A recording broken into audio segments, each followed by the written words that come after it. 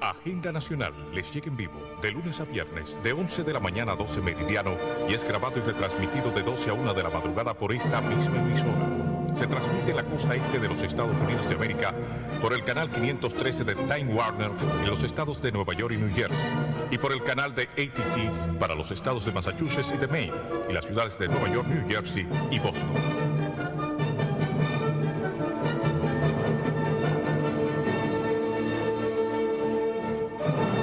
Saludos dominicanos en todo el territorio de la República y en ultramar en la costa este de los Estados Unidos de América e igualmente a todos sus habitantes de habla hispana. Hoy lunes 11 de noviembre del año 2002 les traemos otra edición de Agenda Nacional.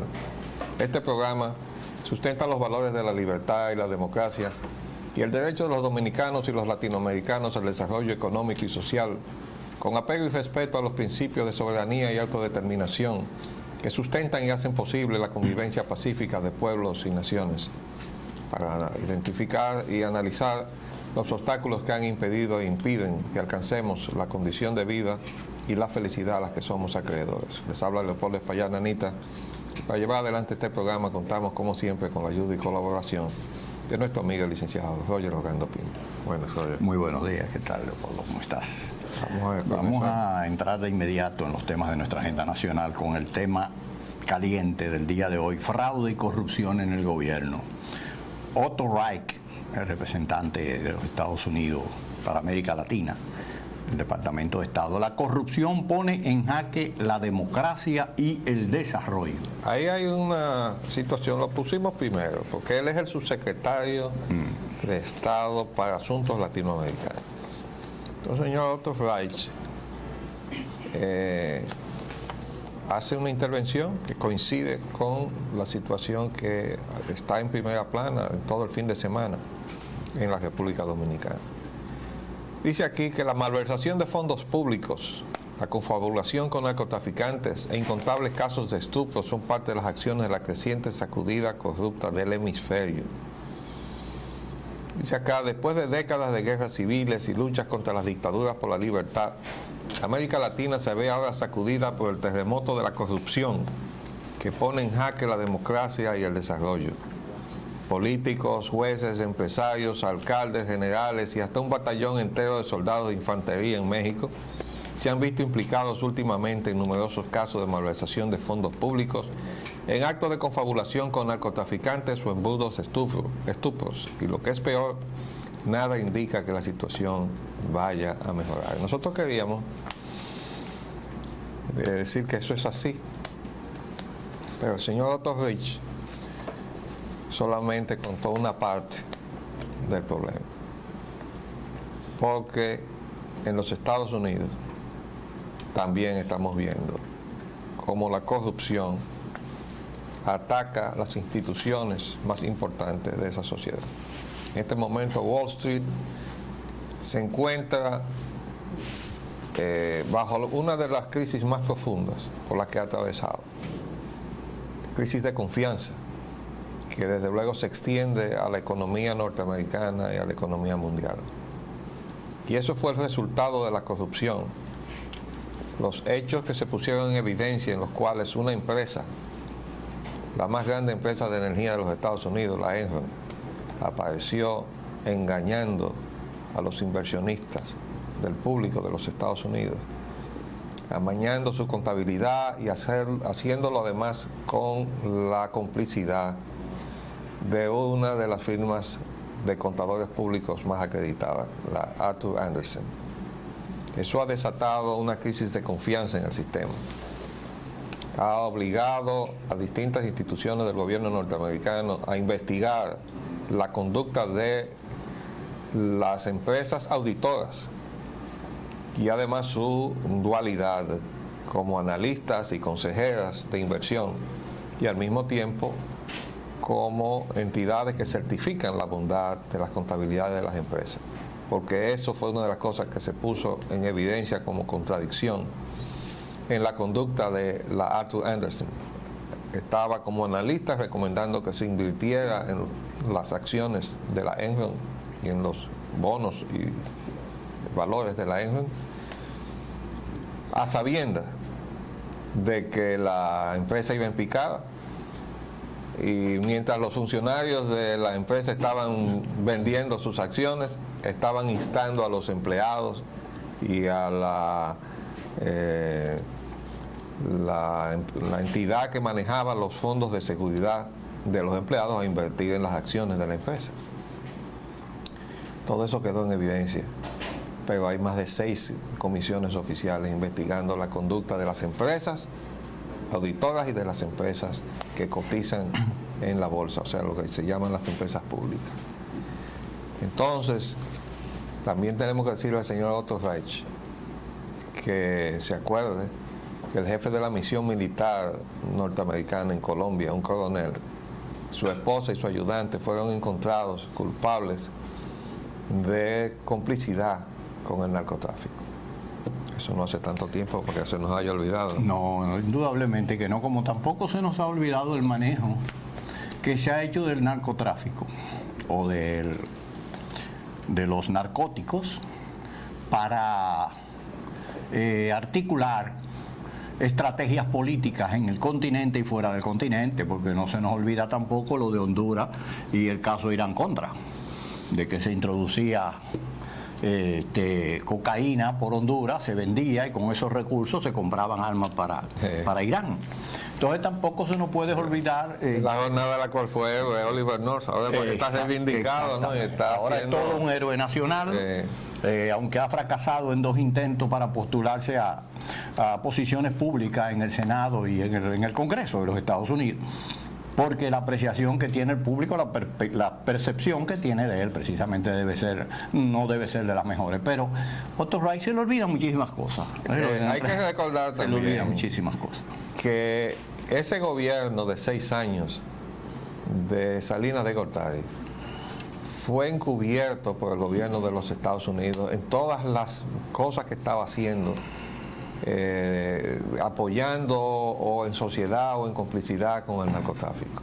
Ahora están cayendo los generales, pero toda esa estructura corrupta que se está poniendo en evidencia ahora viene de los 6 años de Salinas de Gortari y cuidados y más atrás. Y más atrás, desde luego.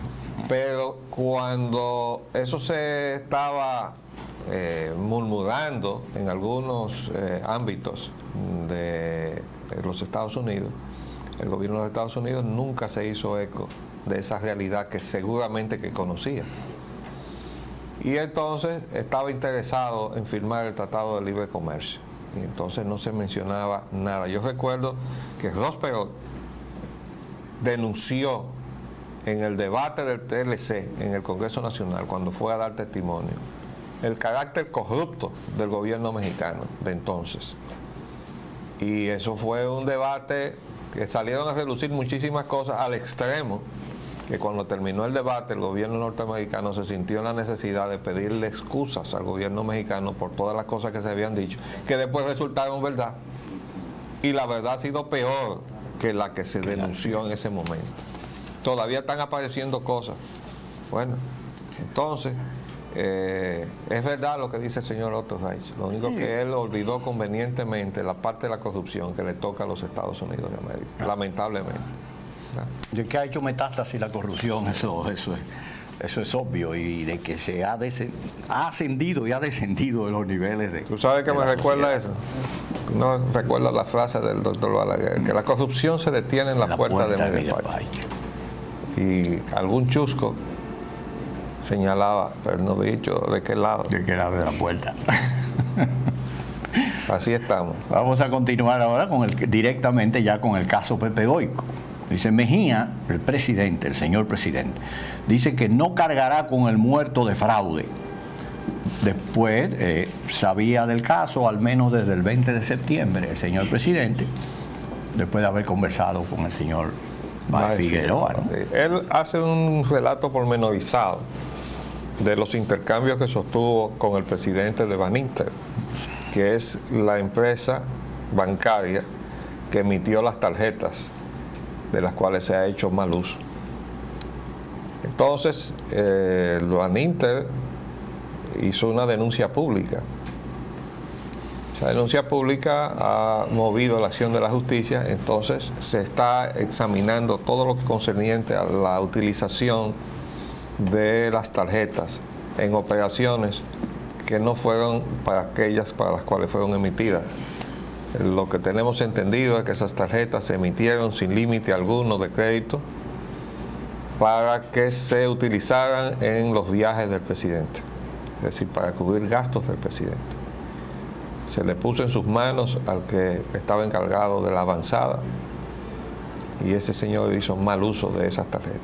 Pero el rumor que anda en la calle es que el problema es mucho peor, más feo.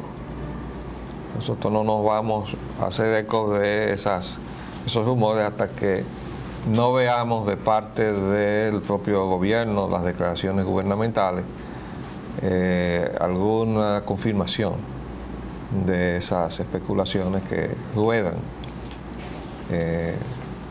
por todos los corrillos. Pero basta ver algunos de los titulares que vienen para uno darse cuenta que la cosa de que el tufo se está entendiendo. Es bastante compleja. Sí. Son 10 los implicados, dice otro titular. A seguidas el siguiente. 9 personas serán acusadas junto a Pepe Goyco por el fraude. El general Soto Jiménez, secretario de las Fuerzas Armadas, asegura que la Comisión de Generales no dejará un solo cabo suelto en este caso. Ahí hay que decir que la mayor parte de los acusados son militares. Hay un caso bastante extraño y es el de un capitán de corbeta, que es el rango equivalente a mayor, que resulta que es al mismo tiempo funcionario técnico del Banco Intercontinental. Eso es algo insólito que no puede ser. Sencillamente habría que destituirlo y pasarle juicio castrense, indiferentemente de la situación de lo que él haya podido cometer indebidamente con el uso de las tarjetas, que es el fraude de lo que están acusados, porque no se concibe que usted tenga el rango de mayor de la Marina de Guerra y esté al mismo tiempo sentado como empleado de un banco. Y dijeron que hasta con un salario de 65,000 pesos mensuales. Esa parte yo no la sabía. Un periódico lo publicó. Bueno, pero quería decir además con relación al titular que dice que no se dejará un solo cabo suelto en este caso, y el pueblo que está preocupado es que no se deje ni un solo general suelto en este caso. No un cabo. Cual que sea el rango de los que estén implicados ahí. Ahora esa es la garantía que ha dado el general Soto Jiménez y nosotros creemos en las palabras del general Soto Jiménez, aunque nos preocupa lo que viene. El señor presidente ha dicho con respecto a este caso, el presidente recuerda que nombra a quien quiera, dice el señor presidente, pero que va. Ahí hay una situación, porque el presidente estaba siendo cuestionado por los periodistas. Y uno de los periodistas le preguntó que si él no lamentaba haber nombrado al señor Pepe Goyco en el cargo que tenía. Y él dijo, en este gobierno se le da oportunidad a todo el mundo. Y además yo nombro al que yo quiera. Y yo creo que el presidente está equivocado en las dos cosas. No se le puede dar oportunidad a todo el mundo, porque con todos los que han salido como delincuentes ya acusados formalmente por la justicia, con rango o cargos de ayudantes civiles, inspectores al servicio de la presidencia, etcétera, ya bastan con lo que están ahí, presidente, para demostrar que hubo muy mal criterio en la selección de la gente que llevaba la representación de la presidencia de la República. Estamos seguros que esas son gente que no tenían escritorio allí, pero se le dio el cargo para que caminaran por todas partes, incluyendo en los lugares donde se hace fiscalización de cosas, para decir, no, yo soy funcionario de la presidencia, y encubrir sabe Dios qué cosa. Y así ha resultado, porque las circunstancias en las cuales han perecido ese personal que tenía designaciones y nombramientos en la presidencia de la República, se veían como ligados al narcotráfico y ajustes de cuenta, las muertes de ellos. Entonces se ve que no ha habido criterio para expedir esos nombramientos. Entonces el presidente no puede expresarse en esos términos de que aquí se le da oportunidad a todo el mundo, porque hay una parte del todo el mundo que no se le puede dar oportunidad, que es a los delincuentes. Eso por un lado. En cuanto a que él nombre a quien él quiera, eso es verdad, pero también tiene su límite. Porque hay muchas posiciones en las cuales disposiciones legales que están por encima del presidente de la República estipulan determinadas calificaciones. Y eso se ha violado también. Eso es cierto. Y entonces se han puesto personas que no tienen la calidad exigida por la ley orgánica de las instituciones en las cuales han sido designadas. Eso por un lado, y eso es una falta en la cual el presidente es el único responsable, porque él es el que firma o autoriza los decretos. Porque hay dos tipos de nombramientos. Los decretos, las designaciones por decreto las firma el presidente. Después hay una enorme cantidad de designaciones que se hace con su autorización, las que él llega a conocer porque son de un cierto nivel de importancia que necesitan que él las autorice. Después lo demás es una repartidera que hay ahí, porque la firman los titulares de las carteras, los secretarios de Estado, y entonces cada cual, los que están aspirando, están repartiendo puestos entre sus simpatizantes. ¿Y cuántos dijo el secretario de Finanzas que hay de más? 125.000 Cargos de más. cargos de más, empleados de más en la administración pública. ¿Qué le parece? Bueno, entonces, Personal supernumerario. si eso no es una demostración de lo que estamos diciendo, no ahora, lo venimos diciendo, que todo el que está al frente de uno de estos departamentos, Sí. y probablemente han sido puestos para que de alguna manera, digamos que mantengan contentos a su base, están abusando de la posición y entonces están usando los cargos para hacer proselitismo. Entonces hay un abultamiento de la nómina pública. Pero volvemos a las expresiones del presidente. Cuando el presidente dice que nombra a quien él quiera, es cierto. Por ejemplo, él nombró a Andy Lawar. ¿Cómo se quita el presidente de encima la responsabilidad de todo lo que se ha hecho aquí en materia de política económica por estar el señor Andy Lawar sentado ahí como asesor del presidente de la República? Y desde luego eso fue el presidente que lo nombró. Ahora hemos dicho que él tendrá que explicarle a la nación cómo es que la persona que era asesor de Leonel Fernández para todos los dislates económicos que se hicieron en el gobierno de Leonel Fernández se hayan continuado en este gobierno porque el presidente ha nombrado al mismo asesor de él.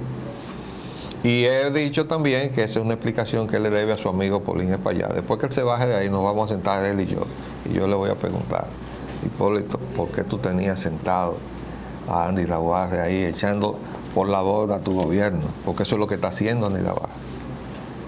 Todo lo que él le aconseja hacer al presidente va en desmedro de las expectativas que el país se había hecho de la gestión de Hipólito Mejía. Entonces, pero bueno, el presidente dice que nombra a quien quiera, vamos a respetarle su atribución presidencial que está consagrada parcialmente en el artículo 55 de la Constitución de la Así República. es. Pero también cita un periodista con respecto a este titular, una carta del señor secretario de la Fuerza Armada, el general Soto Jiménez, poniendo su cargo a disposición del presidente. Eso aparece en la información, así como de soslayo. Uno de los periodistas le cuestiona al presidente sobre esa carta.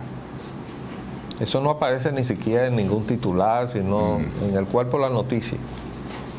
Pero dada su importancia, nosotros quisimos comentarla, porque si el general Soto Jiménez, si es cierto que ha puesto su cargo a disposición del presidente, de alguna manera está demostrando que todo este lío que se está evidenciando en las filas militares, incluyendo la información de hace ya una semana atrás, de que una agria discusión había determinado la remoción de generales que habían sido designados muy poco tiempo atrás, incluyendo el J2, que es el encargado de inteligencia de las Fuerzas Armadas. Está diciendo que hay problemas. Hay problemas. Y si esos problemas han llegado al punto que el secretario Soto Jiménez se ha sentido en la necesidad de presentarle esa carta al presidente, Eso da la medida preocupante de una situación que aqueja a una de las instituciones más firmes de lo que es el aparato del Estado dominicano, que son sus Fuerzas Armadas. De modo que eso tiene que preocupar, sobre todo porque son muchos los riesgos que el país tiene, que dependen de que contemos con unas Fuerzas Armadas idóneas, organizadas y aptas para cumplir con su deber constitucional. Pues Bueno. pasando a otro tema, pasamos ahora Sí. al de petróleo y combustibles. Petróleo Brent en precio más bajo en los últimos 5 meses. El Brent está a 23,45 el barril. El petróleo West Texas Intermediate baja a 25,78. Y Bueno, eso está diciendo que hay un mentiz. Mire ese gráfico que trae el periódico El Caribe. Estas son las oscilaciones que tiene el West Texas Intermediate, que es el crudo, el petróleo que se usa como marcador o referencia del precio del petróleo de los Estados Unidos. Todos estos son los vaivenes. Este es enero del 2001, mira por donde andaba. Aquí está enero del 2002, bajó aquí, volvió a subir acá y después de septiembre bajó a 25,78. 25,78. Ustedes recuerdan que se nos estaba asustando con que el petróleo estaba a $30, que iba a pasar. y si pasa de $30. Entonces que se venía a caer el edificio, ¿no?, entero, porque el petróleo iba a llegar. Y nosotros decíamos, el petróleo está respondiendo a esa campaña belicista que se está desarrollando desde ciertos ámbitos del gobierno norteamericano. Nosotros escuchábamos una información y sacamos algo, pero se lo vamos a traer mañana, donde la consejera de Seguridad Nacional del presidente de los Estados Unidos, Condoleezza Rice, estaba justificando una serie de preparativos que se han estado haciendo para agredir a Irak. Y hay que recordar que Condoleezza Rice salió de un cargo ejecutivo en Chevron, que es una empresa petrolera, de las mayores empresas petroleras de los Estados Unidos, al cargo que está ocupando en la Casa Blanca. Lo mismo el vicepresidente Cheney salió de Halliburton, que es una empresa petrolera de la cual era principal ejecutivo, a la posición que él detenta de vicepresidente de los Estados Unidos. De modo que todo lo que haga el gobierno, específicamente y principalmente el presidente Bush, tiene que cuidarse mucho de que no luzca y que tampoco sea el resultado de los intereses creados influyendo en su gobierno. Y hay que recordar que las anotaciones, las actas de las reuniones donde se discutía la política energética de este gobierno no se querían entregar y creo que todavía no se han entregado y están pendientes de un dictamen judicial. Vamos a hacer un paréntesis y volvemos en unos minutos. Pues bien, este asunto del petróleo es importante para los dominicanos, por la sencilla razón de que dependiendo de esas cotizaciones internacionales, pues aquí en el país suben o bajan, raramente bajan, casi siempre suben los precios internos de los combustibles. Pero además oscila junto con el precio interno de los combustibles la energía. Porque como la energía eléctrica que se utiliza en el país es fundamentalmente térmica, es decir, que se quema combustible, cuando los precios de combustible que se quema suben, entonces sube el precio de la energía eléctrica. Y se sube de una manera desproporcionada gracias a la fórmula de indexación que lograron los funcionarios vendidos o complacientes del gobierno con los intereses extranjeros que se han apoderado y se les ha entregado el negocio eléctrico en la República Dominicana. De modo que los dominicanos, nosotros, dependemos de dos variables, como llaman los economistas. Uno es el precio del petróleo, el precio internacional del petróleo, y otro es la tasa de cambio. ¿Qué resulta? Que la tasa de cambio, es decir, lo que se paga por cada dólar en pesos dominicanos, va subiendo porque eso es la política que tiene el gobierno. Entonces el gobierno es que tiene la política de subirle el precio de la energía eléctrica al pueblo dominicano, porque si el Banco Central deja de estar devaluando el peso, automáticamente se frena toda esa indexación en uno de sus variables. La otra, que concierne al petróleo, ha estado usándose en perjuicio del consumidor porque se están usando marcadores o referencias que no tienen que ver con el precio que nosotros pagamos. Además de que se nos dice que está subiendo cuando está bajando.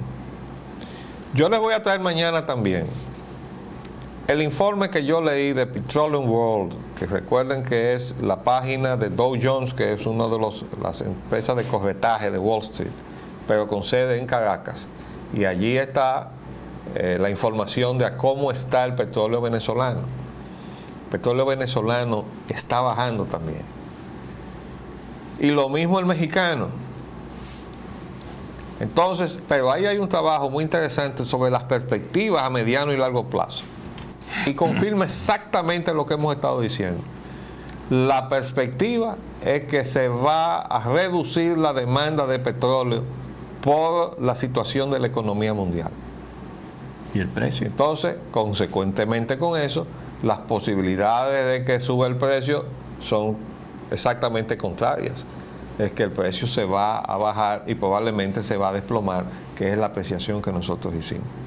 Dijimos, mientras no se mueva la economía, las posibilidades son las de que se desplome el precio del petróleo. Claro, todavía se está hablando de preparativos para la guerra contra Irak. Y se dicen cosas. Y hasta se hacen. Bueno, y se están haciendo preparativos, dijimos, ¿verdad? Se están haciendo preparativos, como movilizando recursos y tropas en el área. Pero repetimos que el gobierno de Estados Unidos tiene que moverse con mucho cuidado con esto. Les vamos a traer también, sacamos de la página de Petroleum World, la opinión del general Zinni, que fue precisamente el jefe de operaciones que fue sustituido hace poco. Era el que estaba a cargo de las operaciones en el Medio Oriente. Es totalmente contrario a una agresión a Irak, por eso lo sacaron. Por eso lo sacaron, probablemente en el seno de las discusiones. Pero da la casualidad de que la opinión del general Zinni coincide con la de una serie de generales, todos de una gran capacidad demostrada en la guerra. Que recordemos que uno de ellos dijo: qué coincidencia que todos los generales estemos de acuerdo en no hacer la guerra y sean los civiles los que quieren hacer la guerra, los que no han disparado un tiro jamás. No sé a quién se les refería esa indirecta, bueno, pero lo dijo uno de los generales. Y la última que saqué anoche es la opinión del general Zinni, que me resultó muy sorprendente porque él está totalmente en contra y hace un análisis pormenorizado de todas las razones de por qué no se debe ir a esa guerra. Entonces, mientras tanto, nosotros tenemos que ver, sobre todo cuando son justificados en la boca de la consejera de Seguridad Nacional, que no podemos evitar verla como ejecutiva de Chevron, como un intento de subir el precio del petróleo. Recuerden también que Arabia Saudita ya inundó las capacidades de almacenaje en Europa. Lo hizo en Rotterdam, lo hizo en Le Havre, en Francia, y además tiene una capacidad en barcos que están, es un almacenaje flotante. Son unos barcos que están ahí en algún punto del planeta. Unos supertanqueros. Sí, pero con 1 millón de barriles sauditas. Entonces, no va a haber posibilidad de que se diga que hay escasez para subir el precio, porque los saudíes se encargaron de salirle al frente a la maniobra y anularla. Eso es algo para que quitarle un elemento a la justificación de la guerra. Tú conoces el término neutralizar. preemptive. Sí. Tú sabes que yo he tengo estado, una acepción. Yo he estado buscando Tú me has dicho eso. la palabra en castellano que equivale al término preemptive, porque cualquiera creería que quiere decir preventivo, pero eso es preventive. Y resulta que son dos conceptos diferentes. Y el preemptive es cuando usted se va primero y se le adelanta al otro. Ajá. Entonces uno no puede traducir eso con una palabra, uno tiene que decir en castellano muchísimas cosas para decir el concepto. Y esa es la táctica que quiere usar Bush frente a Irak. Es decir, vamos adelante antes de que Irak nos golpee.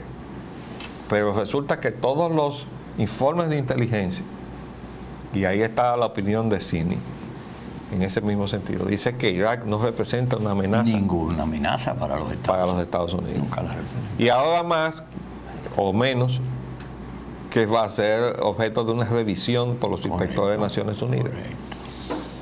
Pero en el caso de la jugada del petróleo, yo creo que los saudíes le hicieron una jugada preemptive a los especuladores del petróleo. Le dijeron, ustedes están jugando a subir el precio del petróleo, nosotros vamos a inundar. Sobreabastecer. Primero se saltaron las cuotas que se habían fijado, no solamente Arabia Saudita, sino varios de los países suplidores del Medio Oriente árabes, ¿no? ¿Para qué? Para estar prevenidos. Y entonces, adelantándose todavía un poco más, Arabia Saudita los mandó a los puntos de almacenaje a donde se nutre la economía occidental. Rotterdam, en Holanda, Le Havre, en Francia, y unos cuantos buques con 1 millón de barriles, con destino al que ellos le digan.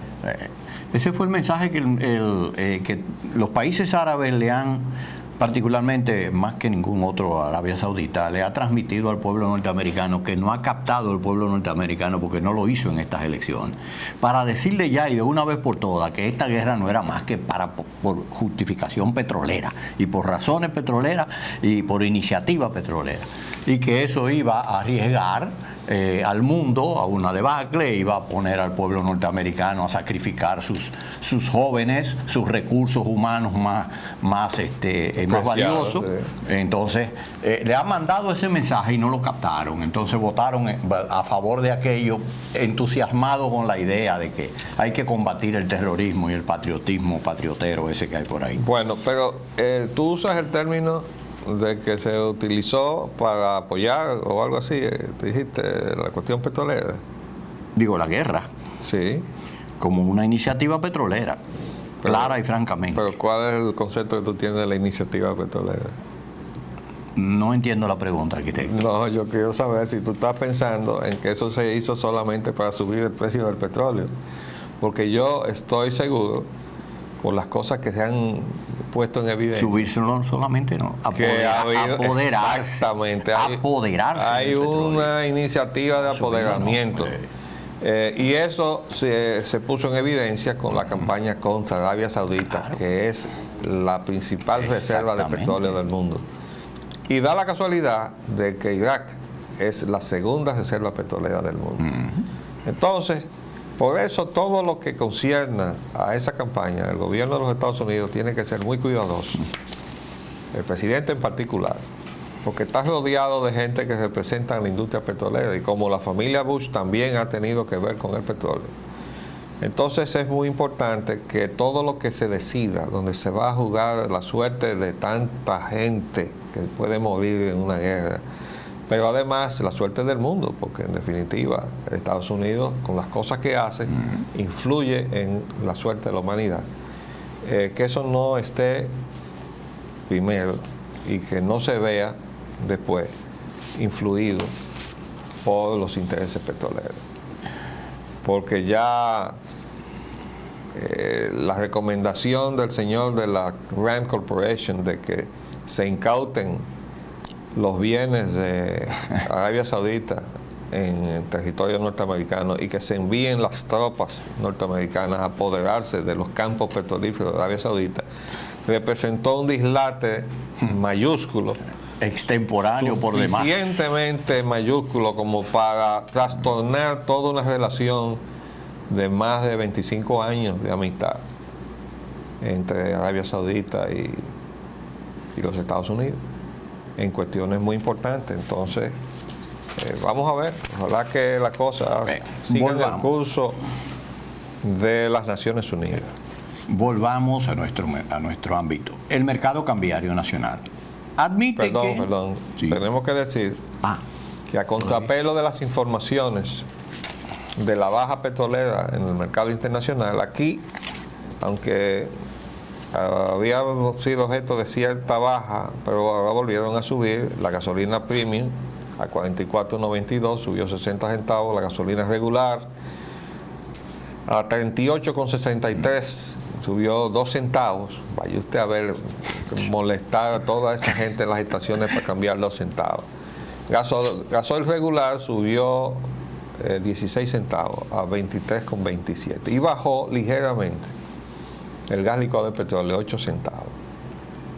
Eso es lo que tiene loco a la asociación de bombas de gasolina. Ya hemos dicho, lo vamos a repetir una vez más, cómo es que se va a modificar todas las semanas el precio cuando tenemos existencia. Dijo el presidente de la refinería por 22 días, nosotros afirmamos que es más de 22 días.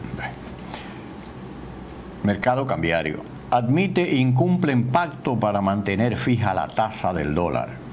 Las cotizaciones al viernes 8 de noviembre.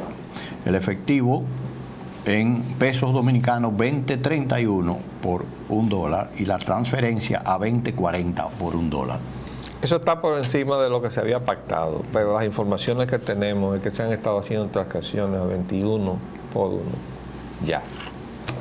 De modo que, y nos va a extrañar si el Banco Central eso es lo que está propiciando.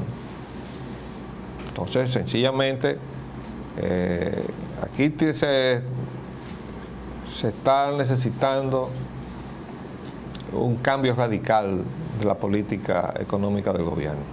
Y el país está esperando que el presidente se dé cuenta y se percate de la necesidad de cambiar de rumbo, porque está en juego no solamente la economía del país, sino la estabilidad de su propio gobierno.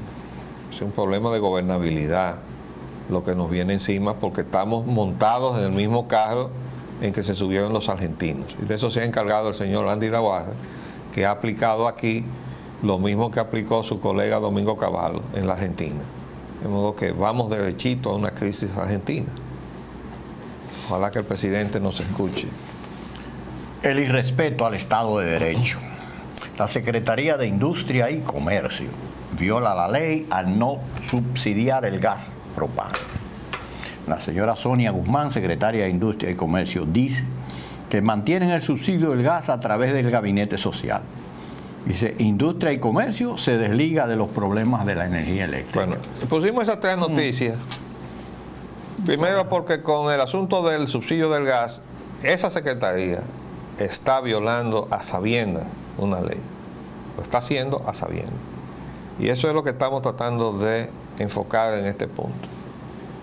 El irrespeto al Estado de Derecho de parte de dependencias gubernamentales. Eso sencillamente el presidente de la República no lo puede tolerar. Entonces dice hoy la secretaria de Industria y Comercio que ella no tiene que ver con los problemas de la energía. Oigan esto. La secretaria de Industria y Comercio, Sonia Guzmán de Hernández, desligó a la institución, o sea, la secretaría que ella dirige, de los problemas eléctricos que padece la población con las altas tarifas y suministro deficiente del servicio. Imagínense usted. Industria y Comercio no tiene nada que ver en los precios, ni directamente en el problema eléctrico, afirmó la funcionaria del equipo económico del gobierno. Aclaró que Industria y Comercio solo preside la Comisión Nacional de Energía. Nada, ¿verdad? Que es la que vela por la política general del sector, pero no dispone de los precios en la tarifa. Ajá, y los precios en la tarifa no es una política. No es parte de la política. Las autoridades y los representantes de las empresas distribuidoras de electricidad han sostenido que las alzas en la factura se deben al aumento de la prima del dólar y del barril de petróleo en los mercados internacionales. Pero resulta que la Secretaría de Industria y Comercio es representante del gobierno en la Junta Monetaria que está devaluando el peso, ¿verdad? También es miembro de la Junta Monetaria, miembro titular de la Junta Monetaria, donde se está devaluando el peso. Y entonces, y del barril de petróleo, y ya hemos dicho que la referencia que se está usando, porque en el reglamento que redactaron las compañías distribuidoras, porque aquí se ha dejado actuar al interesado para que se reglamente el mismo, pusieron como referencia los precios que da una entidad que se llama Oilgram, Platts Oilgram, es decir, es una entidad, una firma que se llama Platts, que produce un boletín de precios. Y entonces eso hace llegar ahora por vía del internet, pagando una cuota en dólares, a todo aquel que esté interesado. Como nosotros no podemos permitirnos el lujo de estar pagando una cuota en dólares solamente por estar enterados, eso deben hacerlo las entidades del Estado. Por ejemplo, la Secretaría de Industria y Comercio, que está regulando, etc. Pero resulta que los precios de Oilgram no son los precios de los contratos que tenemos de abastecimiento con México, con Venezuela y más recientemente con Trinidad y Tobago. Pero eso es lo que está usando. Además hay una serie de cargos. Yo estoy preparando una tabla que lo voy a explicar aquí, para que se vea todas las distorsiones que alberga la estructura de precios, que finalmente culmina con que nosotros pagamos más dinero por el combustible que utilizamos.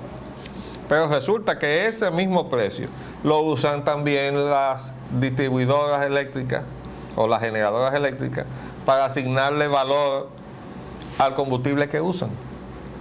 Y es decir, que ese daño que nos hace por vía de los precios internos de los combustibles la Secretaría de Industria y Comercio se refleja también en los precios que nosotros recibimos por vía del costo de la energía y el precio final de la energía eléctrica. Entonces, pero resulta que dice la titular que ella no tiene que ver nada con esos precios, porque solamente la responsabilidad que tienen es la de trazar política. Bueno, a nosotros nos parece que están, en el primer caso del subsidio, violando una ley, y en este caso está ignorando sus funciones. Ese es un caso. El otro caso que tenemos es el de la Administración General de Bienes Nacionales. Y ese es el problema de ahí, de Guivia. Sí. Que ya lo hemos traído acá, en donde se está construyendo, violando la franja marítima. Eso tiene que estar autorizado, solamente con autorización del presidente de la República se puede construir ahí. Y hemos emplazado a la Administración de Bienes Nacionales a que muestre la autorización del presidente de la República para hacer eso que está ahí. Y para que le explique al país cómo es que es de interés general que esa administración use los recursos del Estado, que son de los contribuyentes, para irse a construir algo para que lo aproveche un particular, que es un restaurante que está ahí, o que se pretende que esté. El otro caso es el señor Hernani Salazar, la Oficina Supervisora de Obras del Estado, que es la que está construyendo unas instalaciones ahí en la mitad de la autopista de las Américas, que contiene una estación de gasolina. Y la pregunta es, ¿y quién autorizó a violar la ley? Porque la ley dice que ahí no se puede poner una estación de gasolina. Pero el señor Hernani Salazar, en contra de todas las críticas que la prensa le ha hecho, ha seguido adelante y ahí está eso casi listo para operar. No se ve ningún rótulo de ninguna estación, es decir, ninguna franquicia. No se ve que sea ni de Exxon, ni de Texaco, ni de Shell, ni de Isla, ni de Coastal. Aunque es más probable que sea de Coastal que de ninguna otra, porque es la que menos estaciones tiene. Recién está inaugurando estaciones ahora. Pero no se ve todavía, no hay identificación. Pero el hecho de que hayan construido esas instalaciones ahí ha violado todas las normas. Pero él ha hecho lo que le da la gana. Entonces lo vamos a esperar a que se baje de ahí y que cese la protección que tiene el presidente de la República para que dé cuenta de las cosas que está haciendo, al margen de la ley. El país lo va a esperar, no nosotros. Y después tenemos a la Corporación del Acueducto de Santo Domingo. Sale hoy en la prensa la crónica de los contadores que están montando la casa. Pero se lo está montando por contrato la compañía esa AAA. Y dice aquí, esta crónica, le dedicaron una página entera, ¿no? Instalación, medidores de agua, infla factura y crea malestar. Aquí se ve al director de la casa explicando lo inexplicable. Dice aquí, la instalación de medidores de agua por parte de una compañía extranjera no garantiza un servicio eficiente del vital líquido, sino que ha ocasionado alzas considerables y en algunos casos escandalosas, hasta de más de 1000%. Esos incrementos en un momento en que el país vive un proceso inflacionario han desajustado los presupuestos familiares de los hogares de menores ingresos. La privatización del cobro de agua ha provocado gran malestar entre los usuarios del servicio debido a los aumentos excesivos que jamás imaginaron que pudieran registrarse. Y por ahí sigue. Hay casos realmente escandalosos de a otro usuario luego de la colocación del medidor, la factura se disparó de 150 a 2000 y al siguiente mes se redujo a 1990. Yo le quiero decir a Julio Suero Majancini, a mi amigo Julito: Julio, estás violando la ley. La ley 602 de Digenor, que la hace responsable también de la ley sobre pesas y medidas en la República Dominicana, estipula que ningún contador, ni eléctrico, ni de agua, ni de gas, ni de ninguna especie se puede instalar para medir nada si no ha sido previamente calibrado por Digenor y precintado por Digenor. O sea, un precinto de seguridad que le dé garantía al consumidor de que no le van a poner la mano ahí para modificarle lo que ya ha sido verificado por Digenor. Entonces, también el precinto de seguridad es una garantía para quien fiscaliza el servicio de que el usuario no se pone a trastearlo también, porque si aparece vulnerado el precinto, entonces tiene que abrirse una investigación de cómo sucedió eso. Pero se están instalando esos contadores y se está haciendo en violación de la ley. Que quede claro, para que después no se alegue ignorancia, como todos los contadores eléctricos. Esos que están rompiendo son contadores ilegales. Y fueron los mismos contadores que nosotros tratamos de detener, que nos pusieran ahí en el condominio Embajador, cuando fuimos donde el Procurador General de la República a pedirle la fuerza pública para detener a los depredadores de Edesur que se habían metido allá a hacer lo que les daba la gana, violando la ley dominicana. Y el señor Procurador General de la República nos falló porque no nos proveyó de la fuerza pública que el Ministerio Fiscal del Distrito se había comprometido por escrito a entregarle a Carl Huber para él sí instalar sus contadores con el apoyo de la fuerza pública. Así andamos al revés en este país. Entonces, todo eso tiene que ser corregido. Y al presidente que tome nota o le lleven nota de esto que estamos diciendo, porque todo esto son parte, aunque sea de una medida o de otra, de la responsabilidad del presidente de la República. Se nos acabó el tiempo por el día de hoy. Nos iremos hasta mañana, si Dios quiere. Les hablamos de Paul Espaillanita y Roger Ogando. Hasta luego.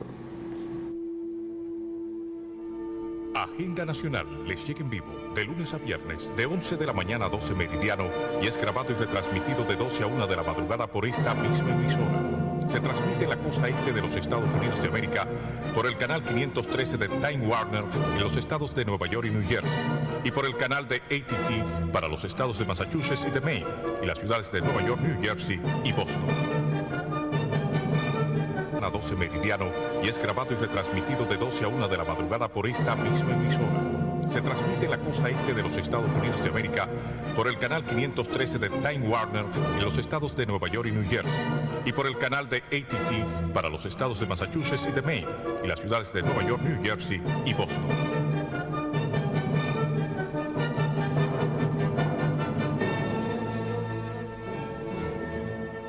Saludos dominicanos en todo el territorio de la República y en ultramar en la costa este de los Estados Unidos de América, E igualmente a todos sus habitantes de habla hispana. Hoy martes 12 de noviembre del año 2002 traemos otra edición de Agenda Nacional. Este programa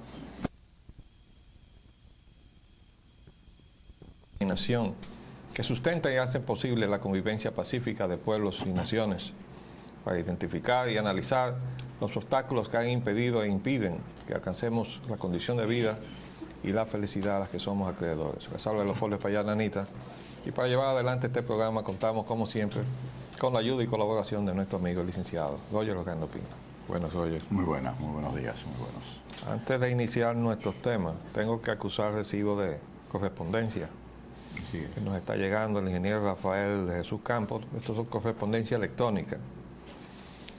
Nos manda un mensaje que él le mandó a la CAS sobre el asunto de los contadores de agua, al señor Rafael Contín Cuesta, que nos mandó una carta anexándonos varios artículos de prensa, algunos de los cuales ya conocíamos y del cual nos hemos hecho eco en alguna que otra oportunidad.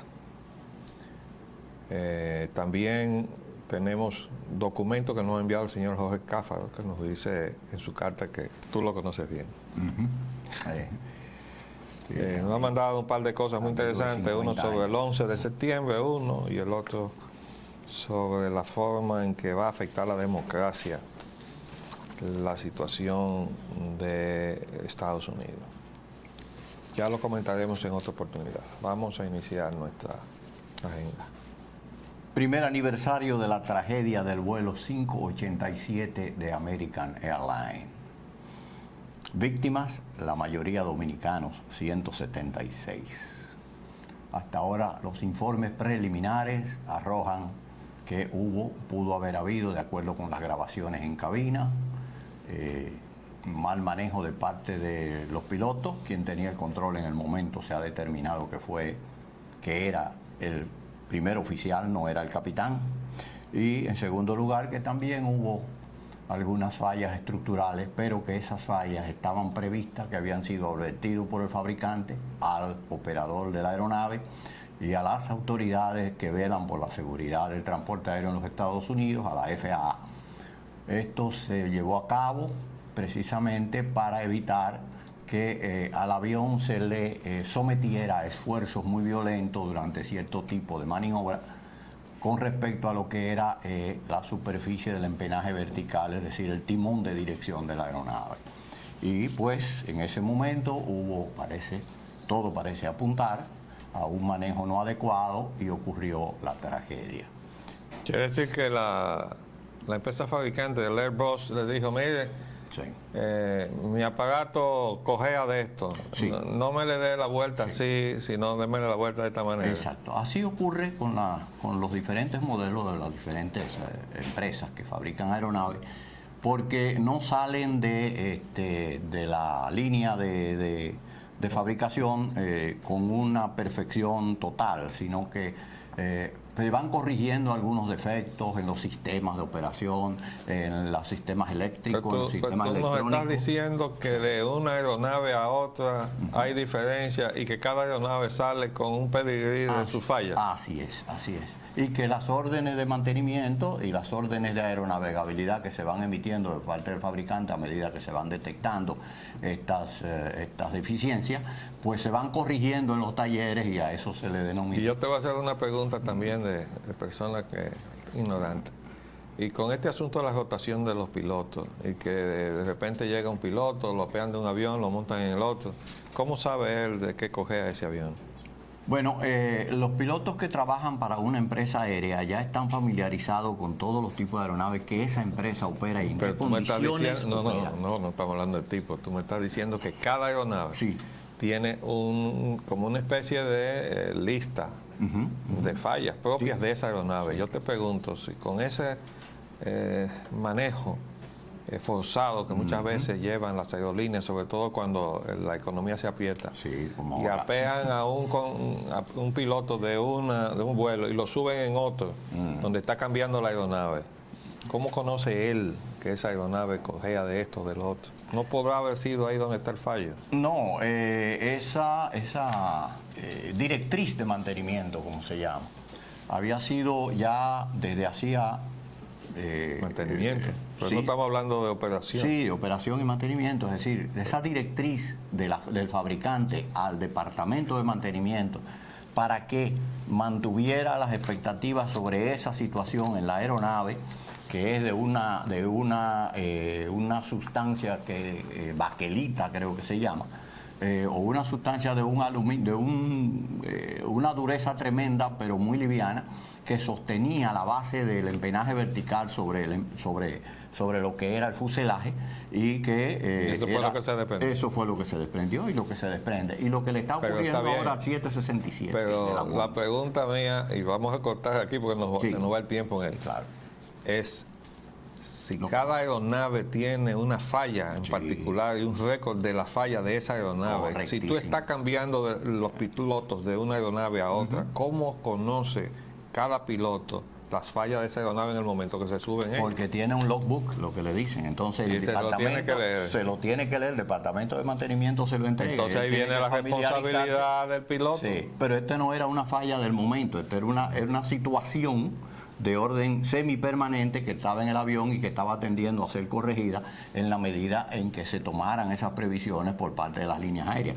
Hay directrices de mantenimiento que son sometidas a las líneas aéreas, a veces le toman años a ejecutarlas, primero porque las autoridades no le hacen la presión adecuada, y segundo porque la línea aérea es un negocio y dice que la inversión que hay que hacer para corregir esa deficiencia es tan grande que es preferible dejarla así. Y que Así se es. mueva la gente. Y así ha ocurrido. Tú dijiste una cifra también, el número de cifras que tú diste de 176 son las bajas dominicanas. Sí, 200. La baja total son 275. 260 según el boletín que vi antes de salir para acá. Eso es correcto. Vamos adelante. La situación en Irak, un teatro de suspenso. Texto de resolución de las Naciones Unidas. El Parlamento de Irak rechaza unánimemente la resolución de las Naciones Unidas, pero el hijo de Saddam Hussein solicita a su padre que la apruebe. Y Saddam Hussein tiene la última palabra, desde luego. Bueno, esto yo digo que es un teatro de suspenso porque cuando uno prende la televisión esta mañana y ve Parlamento rechaza unánimemente la resolución de las Naciones Unidas. Bueno, uno inmediatamente sospecha por el asunto de la unanimidad. Si el Parlamento, que funciona a base de unanimidad, rechaza lo que se está haciendo porque hemos explicado, se está llevando adelante la maniobra del mundo árabe a los belicistas que quieren un conflicto. Y entonces se ha estado desarmando la situación y se le ha estado haciendo, el mundo árabe le ha estado haciendo presión a Saddam Hussein. Entonces se ve que él ha montado ahora un teatro. Le ha puesto al Parlamento a decir que no, ha puesto a su hijo a decir que sí, y entonces él se reserva para el último momento dar entonces una respuesta que nos atrevemos a decir que será que sí. Y ahora México firma el libreto. Ahora México firma el libreto. Nosotros tenemos aquí, además, la resolución. La resolución establece una serie de plazos y, en definitiva, le da al régimen de Irak, decía Saddam Hussein, una semana para dar una respuesta. Es decir, que ellos tienen tiempo ahora para mantener el teatro y el suspenso. Después aquí hay una serie de plazos. Deben entregar a no más tardar 30 días después de la fecha de la resolución una declaración precisa, completa, de todos los aspectos de los programas de tipo químico, biológico, nuclear, de misiles balísticos y todo lo que sea armamento de esa naturaleza que esté llevando a cabo el régimen de Irak. Entonces dice acá que las inspecciones se van a reanudar no después de 45 días de la resolución de las Naciones Unidas. Bueno, aquí hay una serie de plazos. Este es un documento que lo recibí por cortesía del amigo John Saunders. Pero esto está en CNN. Todo el que quiera lo puede conseguir. Está el texto completo de la resolución de Naciones Unidas. Y con respecto a este mismo tema, arquitecto, también, señores, tenemos la opinión del general Anthony Zinni, de 4 estrellas, retirado, con respecto a las implicaciones estratégicas de una guerra con Irak, mejores y peores resultados. Este fue el informe que rindió que fue jefe de operaciones en Medio Oriente y que obviamente fue destituido porque estaba en contra de una decisión de agredir a Irak. Aquí él hizo una intervención en un evento en la 56ª conferencia anual del Instituto del Medio Oriente. Eso es una entidad de personas preocupadas por ese ámbito estratégico del planeta que se llama el Medio Oriente, donde están las reservas más grandes de petróleo, y mientras el petróleo sea el eje alrededor del cual gire la economía del mundo, pues esa zona es estratégica para el mundo. Pues el señor general de la Marina, US Marine Corps, retirado, Anthony Zinni, dictó una conferencia explicando su oposición a los planes de Washington para atacar a Irak, con el argumento de que la política de contenimiento es todavía una opción viable. Entonces dice que Estados Unidos tiene cosas más importantes que Irak, incluyendo el de reavivar el proceso de paz del Medio Oriente, el de apoyar las reformas en Irán y el de enmendar o recuperar las relaciones maltrechas con sus aliados árabes. Oigan qué mentalidad la de este general, ¿verdad? Y dice que su crítica a la política de la administración Bush es importante porque él es ampliamente respetado por los oficiales militares de alto rango y continúa jugando un papel importante en el Departamento de Estado de los Estados Unidos como un consultor honorífico. Si el general Zinni cumple en estos momentos la función de enviado especial al Medio Oriente, sí, a pesar de que no ha visitado la región en función oficial desde junio. Eso quiere decir que quien lo tiene ahí es Colin Powell. Colin Powell, que es general retirado de 4 estrellas también, y es el actual secretario de Estado de los Estados Unidos, conoce y valora la capacidad de análisis y el pensamiento estratégico del general Zinni, y lo tiene como asesor del Departamento de Estado. Entonces el general Zinni hace una extensa intervención donde señala toda una serie de fallas, incluyendo una que hemos citado aquí, que es la económica. Él dice, cuando se libró la tormenta del desierto, compartimos los gastos. Yo diría que es más que compartimos. Ya he dicho que Estados Unidos resultó beneficiada porque la cuenta en realidad, la mayor parte la recogieron los aliados y por tanto la economía, la balanza de pago de Estados Unidos ofreció por primera vez en todo ese periodo un resultado positivo, porque había vendido toda la tecnología de guerra, todo lo que supuso el gasto. Servicios de ¿verdad? guerra. Hasta llevar a cabo lo que se llamó la Operación Tormenta del Desierto, que la dirigió el general Norman Schwarzkopf.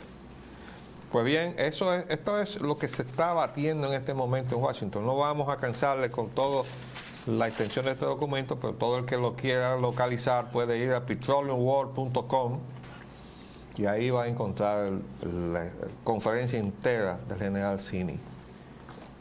Pero para nosotros es muy valioso saber que hay personas del calibre, no solo del general Zinni, el mismo Colin Powell lo ha demostrado, aunque él, como funcionario que es y clave del gobierno en su política exterior, ha tenido que hacer ciertas concesiones.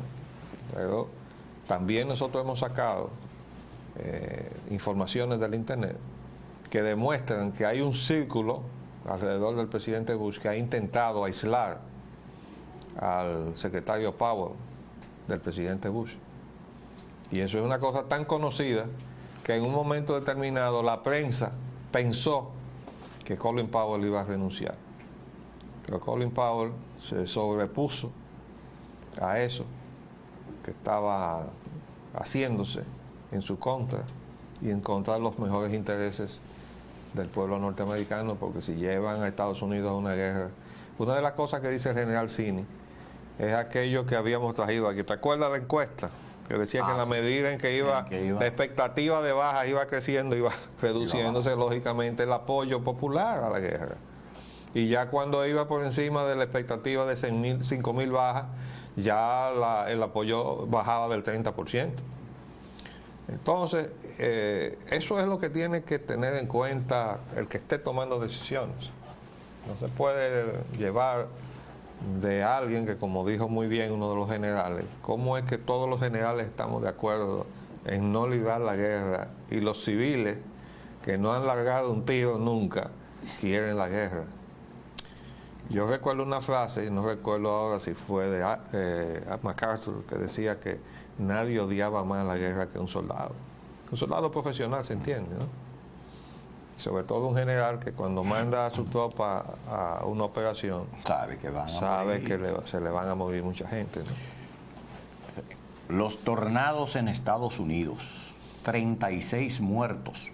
Una arquitectura a base de madera divorciada con el reto de los desastres naturales. Bueno, esta mañana, desde anoche, se está anunciando una cantidad increíble de tornados y en 5 estados de la Unión se han producido 36 muertos. Y más de 100 heridos. Y ha sido, yo vi las imágenes, es una cosa devastadora. Ahora, como arquitecto, me saltó rápidamente a la memoria la inquietud que siempre he tenido sobre esa prevalencia del uso del material de madera en la construcción residencial en los Estados Unidos. En la residencial e incluso en la no residencial. Yo recuerdo haber visto un supermercado cuya estructura era de madera, partido por la mitad. Le pasó un tornado y como si hubiera cortado un pastel por donde pasó, desbarató la estructura. Y uno se pregunta, bueno, ¿y por qué ese contraste? Cuando usted va a las ciudades se encuentra aquellas grandes estructuras de acero revestidas de hormigón. O sea, no son portantes por el hormigón, son portantes por el acero.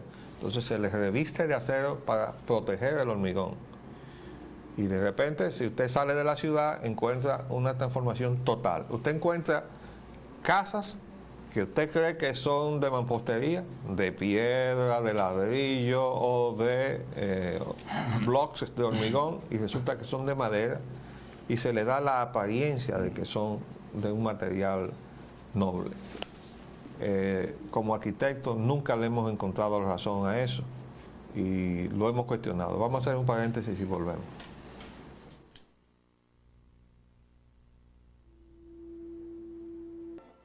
Bueno, estábamos comentando sobre esa tecnología de construcción de madera en la arquitectura residencial de los Estados Unidos.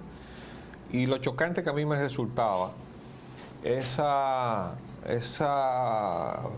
extremo, ese uso extremo de la madera al punto de que se imitara que se estaba haciendo uso de otro material, cuando en realidad se trataba de una estructura de madera, entonces forrada con una especie de plancha de yeso donde estaba incluso imbricada la figura del ladrillo, de la piedra, lo que fuera.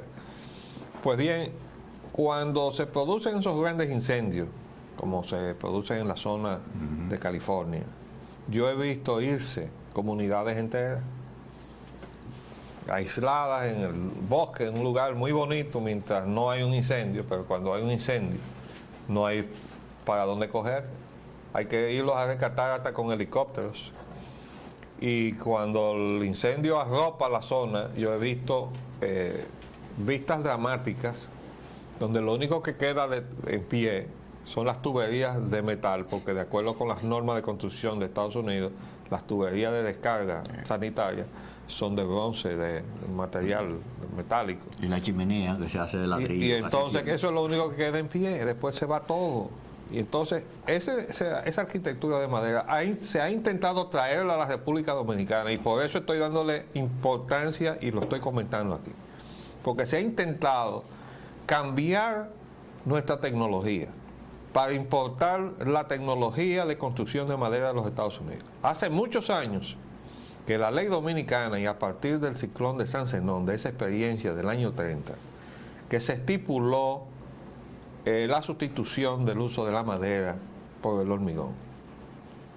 Claro, hay una condicionante de tipo económico. Si no hay con qué hacerla de hormigón, bueno, pues los bohíos y los ranchos se hacen de cualquier cosa, ¿no? Porque la miseria no tiene estipulación de ninguna clase. Pero las construcciones que se hacen conforme a la ley tienen que tener capacidad resistente para los huracanes. Y esa fue la legislación que se dictó en la República Dominicana y que se mantuvo durante mucho tiempo, haciendo excepción desde luego las construcciones ilegales. Pero nosotros nunca hemos aceptado legalmente la construcción de madera, porque no representa garantía para la vida y la seguridad de los habitantes cuando estamos expuestos. Cualquier día pues estamos en la ruta de los huracanes, solamente la providencia nos libra de que nos visiten los huracanes, pero nos pasan cerca. Entonces, en Estados Unidos, todos los huracanes que pasan de largo aquí van y recalan allá en los Estados Unidos, en la península de la Florida. Nada más hay que recordar el huracán Andrew. El huracán Andrew quebró a la Lloyd's de Londres, la gran empresa reaseguradora del mundo, porque el desastre que hizo en la Florida, donde todo estaba prácticamente asegurado, cuando repercutió en lo que había invertido en términos de aseguro, Lloyd's quebró a Lloyd's, y ahora mismo los seguros del área de la Florida son muy condicionados. Sí, muy condicionados y muy altas. Y muy costosos. Muy costosos. Entonces, pero se sigue fabricando de madera. Yo sí recuerdo que inmediatamente después del huracán Andrew, las autoridades, no recuerdo si fueron las estatales o fueron las de el municipio de la ciudad de Miami, que dictaron medidas de revisión de los mecanismos de fijación de las piezas de madera para incrementar su resistencia a los vientos. Pero ese no es el punto, eso es soslayar el fondo del problema. ¿Por qué seguir usando la madera, incluso disfrazándola de otra cosa, con lo cual la encarece muchísimo, en lugar de usar el material noble? ¿Por qué no usar el bloque de hormigón? ¿Por qué no usar el ladrillo? ¿Por qué no usar la piedra? ¿Por qué usar la madera y revestirla para que parezca? Esas son cosas que no tienen otra explicación para nosotros que el hecho de que, de alguna manera, la industria maderera de los Estados Unidos debe haber tenido mucha influencia política como para que las normas constructivas de los Estados Unidos en lo que respecta a la construcción residencial dieran preferencia al uso de la madera por encima de cualquier otra cosa. No encontramos ninguna otra explicación. Le hemos preguntado a mucha gente. Tenemos una sobrina a quien queremos mucho, arquitecto, que vive en Washington, casada con un arquitecto norteamericano. Yo le hice esa pregunta, no me la supo contestar. ¿Cuál es la respuesta? Bueno, yo lo que digo es que la experiencia, esto que se acaba de ver, todas estas poblaciones destruidas, esa gente que murieron no tenían a dónde refugiarse. Por lo menos 1 o 2 habitaciones de cada casa debe ser de hormigón para que tengan un refugio ahí y salven la vida. Entonces, queríamos hacer esta reflexión, no solamente por solidaridad a los que han sufrido los daños del tornado, sino para que no nos traigan la tecnología esa, porque eso fue un programa que estaba siendo auspiciado desde la propia Embajada de los Estados Unidos de América, y sobre el cual ya habíamos hecho comentarios en otra oportunidad. Sin embargo, las propias empresas, compañías de seguro en los Estados Unidos, están auspiciando unos programas precisamente para llevar al conocimiento de las autoridades estatales y federales que impongan alguna normativa para que se construya en otro material que no sea la madera, porque ellos son los que están pagando el plato a fin de cuentas.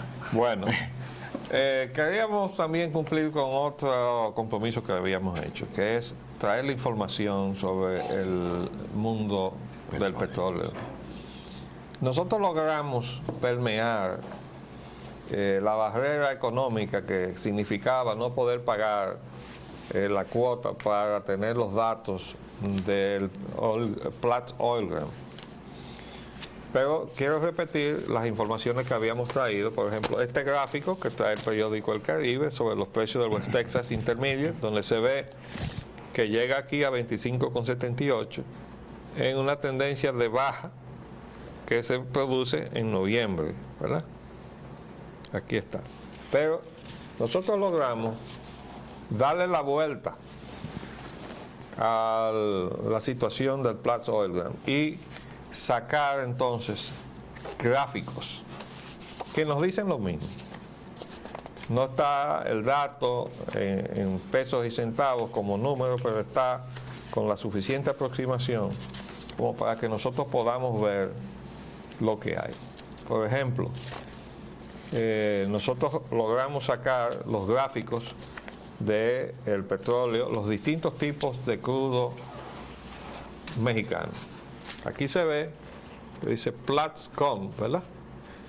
Y este es el Istmo. El Istmo, México tiene dos petróleos ligeros, que son el Istmo y el Olmeca, y un petróleo muy pesado que se llama el Maya. Y desde luego el petróleo pesado es el más barato. Como veremos aquí, el nivel del crudo Istmo está por los $23 el barril para el 7 de noviembre. Pero miren la tendencia, Aquí hay un pequeño repunte, pero esperen lo que vuelve para abajo, porque aquí lo estamos viendo, cada vez que hace así, se desploma, Esperen lo que viene ahí.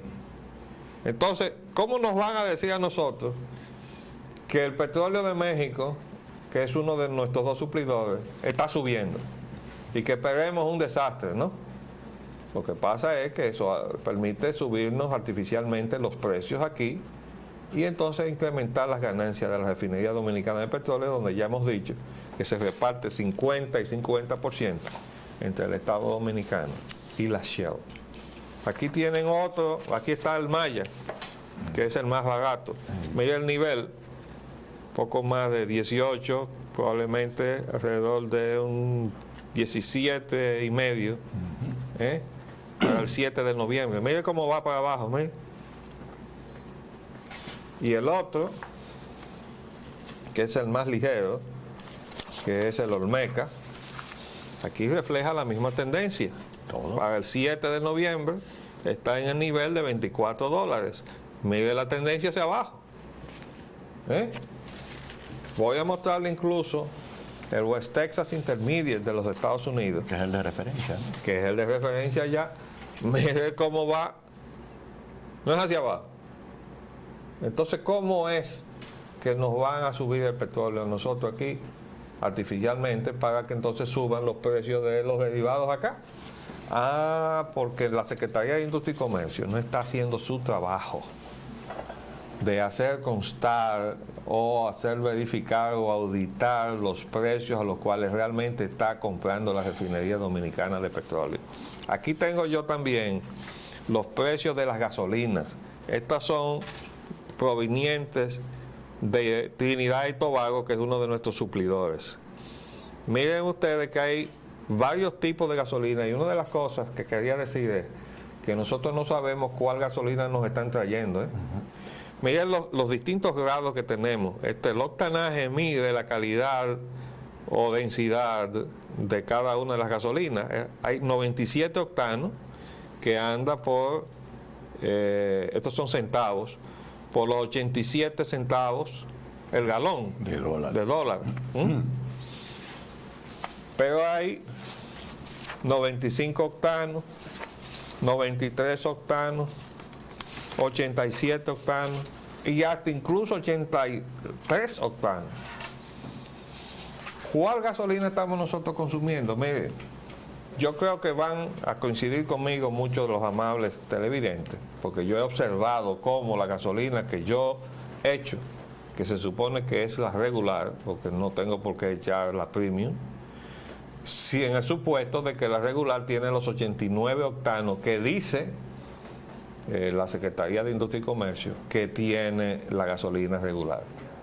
93 octanos la gasolina premium, 89 octanos la regular. Pero no hay rendimiento en esa gasolina. Es más, de una estación a otra, de una franquicia a otra, el rendimiento varía. Entonces, nosotros los consumidores estamos totalmente desprotegidos. Yo de todos modos voy a intentar contactar a Indotec a ver si el personal directivo de Indotec se dispone o se muestra dispuesto a colaborar en la determinación de las calidades de los combustibles que nosotros estamos consumiendo. Voy a llamar también al amigo Juan Ignacio Espallá, que es el presidente de Anadega, a ver si hacemos esa gestión conjuntamente. Yo creo que son parte interesada de eso. Además de que a los consumidores hay que ponerle en cada uno de los surtidores el octanaje de la gasolina que consumen, porque esa información es un derecho que tiene el consumidor de saber lo que está haciendo, y eso no se está haciendo. Temas nacionales. El fraude y corrupción en el gobierno. Nuestro cardenal dice que el caso Goico nos avergüenza ante el mundo. Hertel, el señor embajador de los Estados Unidos, dice que Estados Unidos está pendiente de la lucha contra la corrupción. Buena noticia para Carl Hoover. Sí, eso nosotros nos resultó muy simpático que el señor embajador de Estados Unidos diera esa declaración, porque hemos estado diciendo aquí que contamos con él para que se le aplique al señor Carl Hoover la nueva ley de responsabilidad corporativa recién emitida por el gobierno de los Estados Unidos para perseguir el delito corporativo. Y nosotros conocemos de las cosas que han hecho las distribuidoras aquí, una de las cuales es está encabezada por un ciudadano norteamericano que se llama Carl Hoover, que por cierto le ha dado mucha agua a beber a los dominicanos, ¿verdad? El caso Pepe Goico. La comisión aplaza dar informes sobre el fraude. Y el FBI investiga las transacciones de Pepe Goico. Bueno, indudablemente estamos frente a una, como dice el cardenal, esto es algo vergonzante y sumamente lamentable. Yo debo decir que yo no conozco personalmente a Pepe Goico, pero conozco a sus padres. Imagino la mortificación que deben tener. Pero el señor Pepe Goico es reincidente, porque ya le sacaron los antecedentes que tenía, el lío de la lotería. De modo que lo que él iba a dar ya lo demostró. Ahora, lo que no se explica es cómo fue que el presidente de la República lo fue a buscar al ámbito donde estaba para sacarlo de la policía, para meterlo en el ejército y llevarlo incluso al rango que tiene. El presidente debe sentirse necesariamente mal, porque está demostrando que tuvo muy mal criterio al buscar ese colaborador, como lo ha demostrado también al buscar a Andy Daguarre y a otros, para no hablar de ese personal que está cuestionado, algunos porque lo han muerto, los ayudantes civiles, los inspectores de las órdenes del presidente, todo eso que se han visto involucrados en algún tipo de ajuste de cuentas. Y cónsules y vicecónsules. Cónsules, vicecónsules, todo eso. Pero bien, trata de una persona que tenía una tarjeta sin límite de costo para los gastos del presidente de la República. Quiere decir que cuando el señor Pepe Goico usaba, o sus cómplices, porque parece, según dijo la prensa ayer, por boca del propio secretario de la Fuerza Armada, había un total de 10 personas involucradas en el asunto, la mayor parte de ellos militares. Entonces hoy sale en la prensa que el FBI está involucrado en la investigación y además el embajador Hertel visitó el presidente en compañía de quien fue embajador acá, la señora Donna Hrinak, que ahora está en Brasil. Pero al salir dio unas declaraciones concernientes a este asunto y dijo que el gobierno norteamericano seguía con mucha atención todo lo concerniente a la lucha contra la corrupción. Eso es buena noticia también, que diga que está siguiendo la lucha contra la corrupción, pero también que la produzca allá, ¿verdad? Desde luego ya emitieron la ley de responsabilidad corporativa, vamos a aplicarla nosotros por aquí también. Sí, que la hagan extensiva, ¿no? O sea, dentro de Esa ley persigue persigue a los ciudadanos norteamericanos donde quiera que ellos estén actuando como ejecutivos corporativos, porque para eso que esas empresas son transnacionales. Exactamente. Ahora yo leí que la AES tiene problemas. Sí, tiene problemas, y los tenía desde antes del Sí, conflicto. pero ahora tiene más problemas. Ahora estamos más profundizados. Igual que otras empresas que están metidas en el negocio de la energía. De la energía, sobre todo en esa área. Que es un negocio que está en picada en los Estados Unidos en este momento.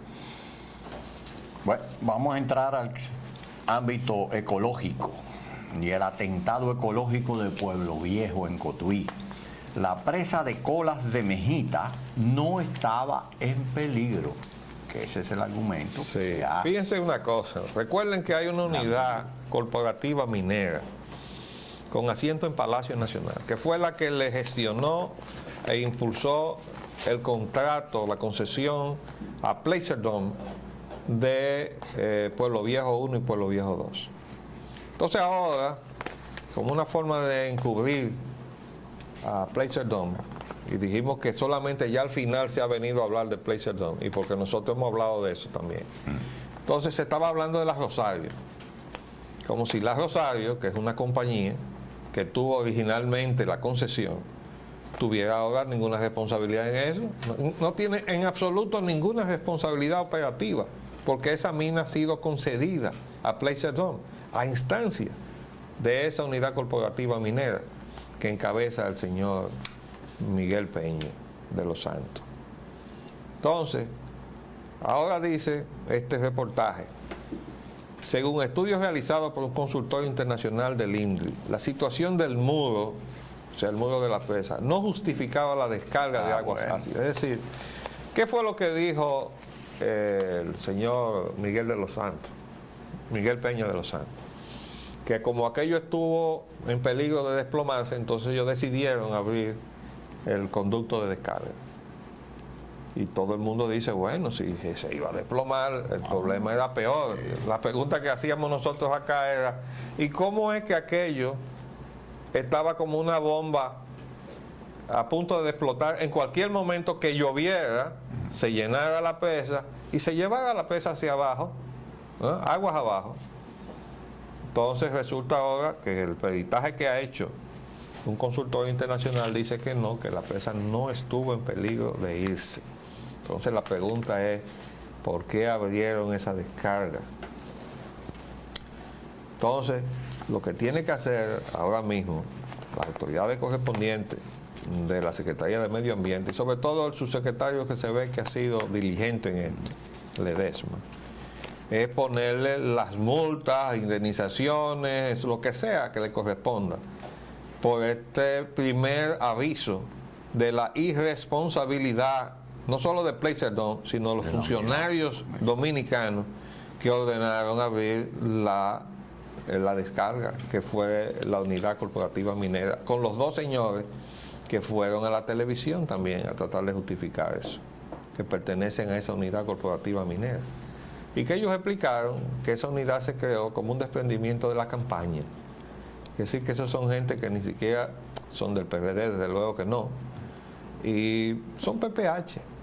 ¿verdad? Son de los reclutados de fuera y dicen, no, yo necesito que me hagan una estructura que esté por encima de la dirección de minería. Entonces en la dirección de minería está el ingeniero Chávez y tiene una cosa arriba que se llama la Unidad Corporativa Minera, que está aposentada en el Palacio Nacional.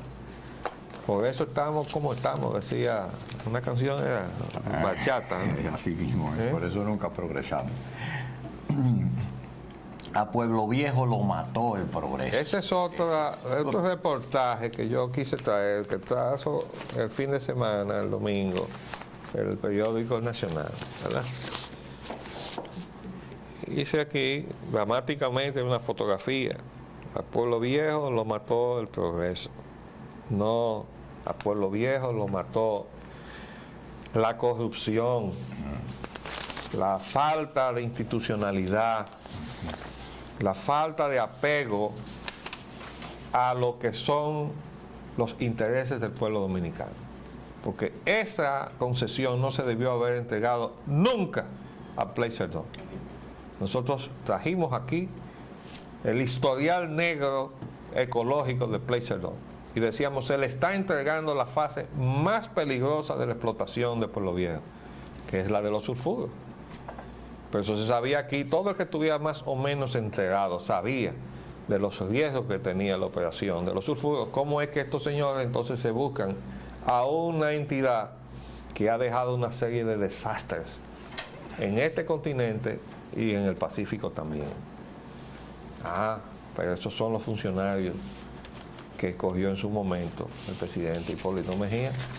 Por eso él no va a quedar muy bien parado a la hora de que todo ese grupo de personas que están haciendo y deshaciendo, como dice el refrán. Aquí tenemos la fotografía que ayer no encontrábamos. Mire la estación que ha construido Hernani Salazar en medio de la autopista. Mire eso. Eso está prohibido, pero él lo construyó. El gobierno y lo construyó con los recursos del Estado.